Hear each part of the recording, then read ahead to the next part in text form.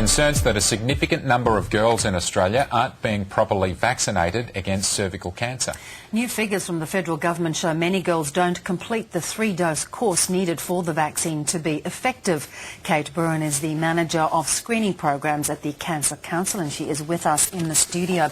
Many thanks for joining us. How are you getting your data to know that girls are not completing these courses? Well, this new data that was released recently is from the federal government. So with the HPV vaccine or the cervical cancer vaccine, each dose is registered through a national HPV vaccine register. So that's where the data is coming from. So they're coming for the first, they're supposed to go through a course of 3 injections? Yeah, that's right. So with the HPV vaccine, 3 injections are required over a 6-month period. So we fear that perhaps some girls and their parents are unsure that 3 doses are needed. There are a lot of vaccines given during childhood and through the teen years.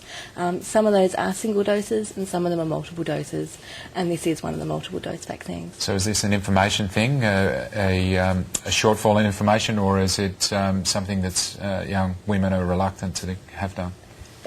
There definitely could be an element of that. As we know, vaccines and injections can be a little bit painful, so perhaps some girls have found them painful and have decided not to front up for the 2nd and 3rd dose. And it's also possible that girls were away from school that day when the vaccine was administered, and it is sometimes very hard to keep track of vaccines and whether or not girls were vaccinated, but it's really important, hopefully for parents, that they can try to keep track of that, and if their daughter has missed a dose, that they can catch that Are up. there side effects that might be putting them off as well? Like all vaccines, there are some side effects, but they're very similar, sort of redness at the site of injection, sometimes a little bit of dizziness or nausea, but nothing unusual and nothing out of the realm of what would be expected. And how critical are these vaccinations? With this vaccine, it's very important for cervical cancer prevention. We know that by having all 3 doses, girls are going a long way to reducing their risk of developing cervical cancer later in life. It's 100% effective against the 2 types of HPV, or human papillomavirus, which cause around 70% of cervical cancers.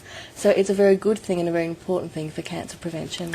No, I know, like my mother died of breast cancer, so I'm sort of reminded very regularly by the government that I should go off and have my breast screens or mammograms.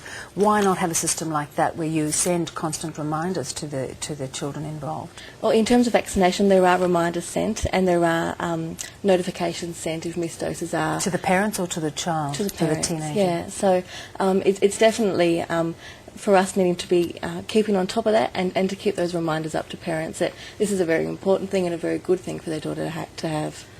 All right, well, we're doing our part today, giving that reminder out. Absolutely. And you want more data from the government as well? How would that assist you? We would. I mean, definitely getting more detailed data at that geographical level would help us target our campaigns, target our messages to those areas that are perhaps missing out more. We've also developed a new website, which is cervicalcancervaccine.org.au, which is a great place for parents and girls as well to go and hopefully get all the information they need about the vaccine. Terrific. Kate Byrne, thanks so much for coming in. Thank you. And that is so important because it's in those early years that young girls where that can actually be caught. It makes all the difference.